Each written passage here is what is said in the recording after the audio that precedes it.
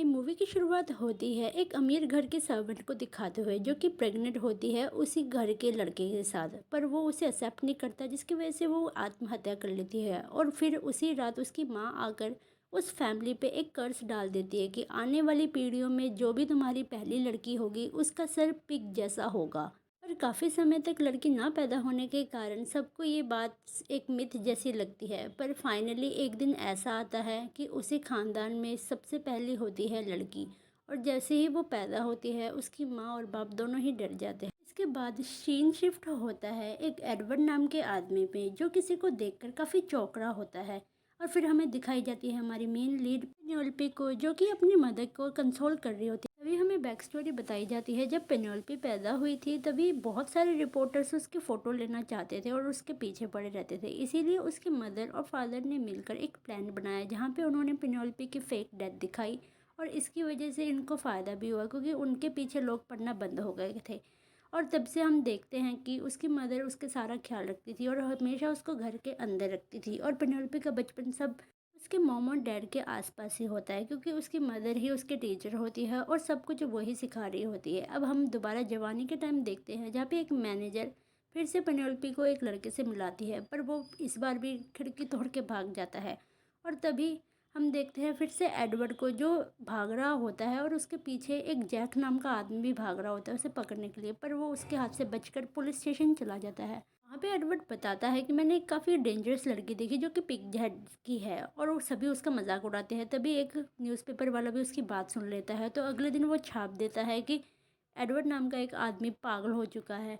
और इसे पढ़कर पेनियोल्पी की मदर थोड़ा सा रिलीफ होती है पर वो यहाँ से भागना चाहती है क्योंकि उसे लग रहा था कि अब बहुत सारे लोग और न्यूज़पेपर वाले उनका पीछा करेंगे, इसलिए वो पेनियोल्पी को लेकर कहीं दूसरे शहर जाना चाह रही थी। पर पेनियोल्पी अपनी मदर की बात नहीं मानती और तभी उसकी मैनेजर भी बोलती है कि कोई बात नहीं इसे यहीं रहने दो। पर अगले दिन हम देखते हैं एडवर्ड वही न्यूज़पेपर वाली जगह में जाता है और वो लैरी नाम का आदमी जिसने उसकी खबर लिखी थी उसे काफ़ी गुस्सा हो रहा होता है क्योंकि वो बोलता है मैं सच बोल रहा था।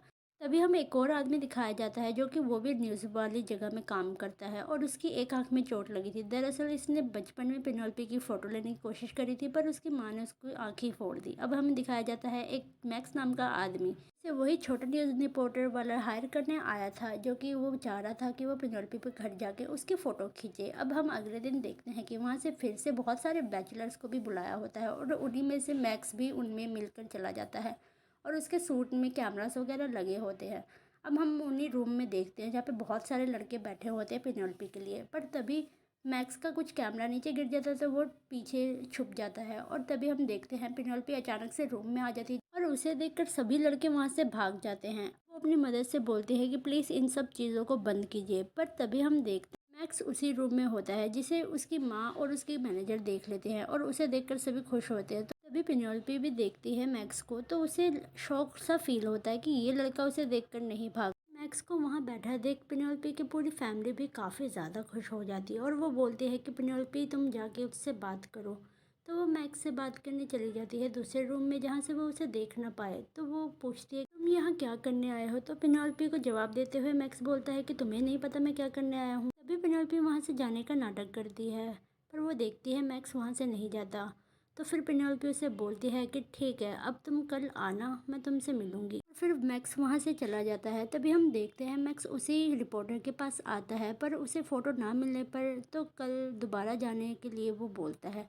अगले दिन मैक्स बैंड बूंड ले जाके उसे खुश करने की कोशिश करता है और तभी मैक्स और पेनियोल्पी भी काफ़ी क्लोज आने लगते हैं बातों ही बातों में।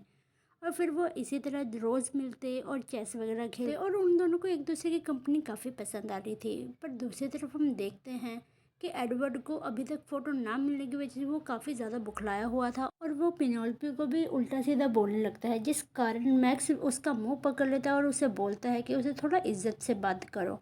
अब हम देखते हैं मैक्स दोबारा पेनियोल्पी के पास जाता है और पियानो बजाने लगता है पर पियानो गलत बजाने की वजह से पेनियोल्पी वहाँ फाइनली आती है और उसे बजाने के लिए सिखाती है। तभी मैक्स पीछे मुड़ता है और फर्स्ट टाइम वो पेनियोल्पी को देखता है और उसे देख के एकदम से डर जाता है।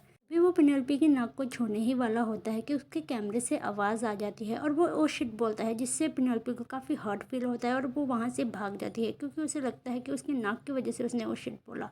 और तभी वो रो रही होती है। दूसरी तरफ मैक्स भी बाहर जाता है और उस रिपोर्टर को उसका कैमरा फेंक कर तोड़ देता है। अब तभी पेनेलोपी की मदर बाहर आ जाती है और वो देख लेती है कि मैक्स रिपोर्टर के साथ बात कर रहा होता है, और उसे ऐसे देखते हुए वो वहाँ से गुस्से में चली जाती है, क्योंकि उसे लगता है कि उसने उसकी बेटी का यूज़ किया।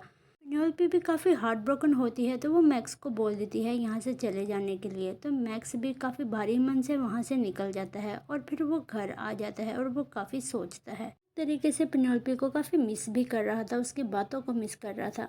पर उसी रात पेनेलोपी एक बोल्ड स्टेप उठाती है। वो अपने घर से ही भाग जाती है अपनी मदर का क्रेडिट कार्ड लेकर, और फिर वो बाहर की दुनिया को जीने के लिए निकल जाती है, क्योंकि उसे देखना था कि बाहर की दुनिया में है क्या, वो एक्सप्लोर करना चाहती थी।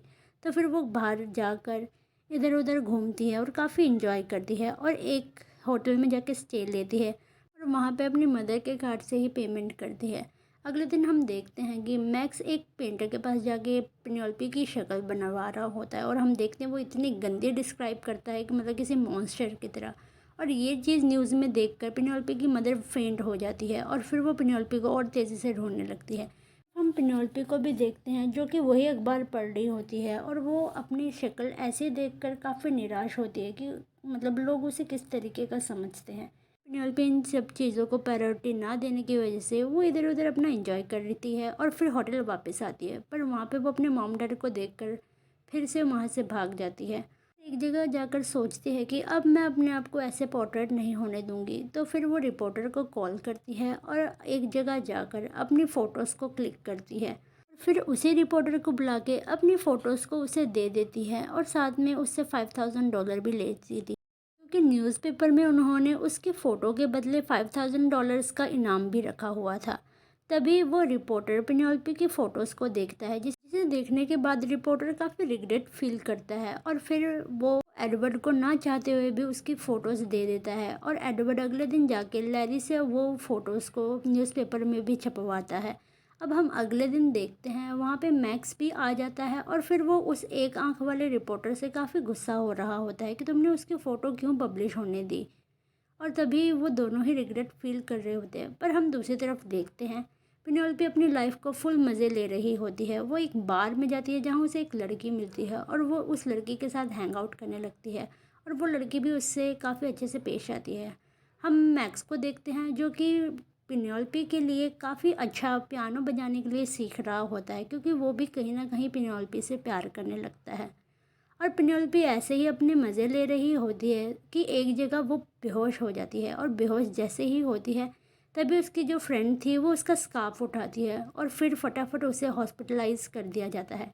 वहाँ पे उसकी मदर उसे बचाने की कोशिश करते हैं, पर पेनेलोपी बोलती है कि नहीं, अब मैं किसी से नहीं छुपूंगी, अब मैं सबको अपना फेस दिखाऊंगी। और तभी वो अपनी फ्रेंड के साथ वहाँ से चली जाती है, और एक तरीके से पेनेलोपी काफ़ी फेमस हो जाती है। एडवर्ड का डैड उसे बोलता है कि अब तुम पेनेलोपी से शादी करनी होगी, क्योंकि वो फेमस हो गई है, और पेनेलोपी को मैक्स भी दिखाई देता है, तो वो दोनों थोड़ी बहुत बातें कर रहे होते हैं। फिर हमें दिखाया जाता है एडवर्ड जो कि पेनेलोपी के पास आके उसे शादी के लिए प्रपोज करता है। तभी उसकी माँ उसे साइड ले जाकर बोलती है इसे हाँ कर दो। तो फिर हम अखबार में देखते हैं कि पेनेलोपी के एंगेजमेंट की खबर छप गई है, तो मैक्स उसे देख के काफ़ी ज़्यादा निराश होता है, और फिर एक जगह ले जाके वो एडवर्ड को बोलता है मुझे पता है तुम मुझसे प्यार नहीं करते। एडवर्ड बोलता है उससे प्यार करना भी कौन चाहेगा। तो फिर मैक्स वहाँ से चला जाता है, और शादी का दिन आ जाता है जहाँ पे पेनेलोपी और एडवर्ड की शादी होने ही वाली थी। पर पेनेलोपी के दिमाग में पता नहीं क्या सोचता है, तो वो वहाँ से भाग जाती है, और उसकी मदर उसको बुलाने की कोशिश करती पर वो नहीं मानती। और हम देखते हैं कि उसके मन में जब प्यार उभरा तो उसकी वजह से उसकी नोज़ भी ठीक हो गई, मतलब उसका कर्ज टूट चुका था। और फिर वो फैमिली हंसी खुशी रहने लगते हैं, और वहाँ से मिस्टर जैक नाम का आदमी भी चला जाता है। दरअसल वही वही वो विच होता है जिसने इन पे कर्ज दिया था। और हम देखते हैं कि पेनेलोपी की काफ़ी फेमस हो गई थी, तो उसी की तरह काफ़ी ज़्यादा मास्क बनने लगे थे। तो एक दिन भी अपने उसी दोस्त के साथ एक पार्टी में जाती है जहाँ पे वो अपना पहले जैसे फेस वाला मास्क पहन लेती है, और वैसे ही पहनकर वो मैक्स को मिलने चली जाती है। और फिर वो मैक्स को मिलती है, और वो वहाँ पे अपना प्यार का इजहार करती है। तभी वो मैक्स भी मान जाता है, और वो दोनों एक दूसरे को किस करते हैं, और इसी की तरह ये हैप्पी एंडिंग हो जाती है। और एक जगह हम देखते हैं मैक्स और पेनेलोपी अपनी कहानी उन छोटे छोटे बच्चों को सुना रहे होते हैं, और इसी की तरह हैप्पी एंडिंग हो जाती है। Thank you for watching, see you later, bye bye.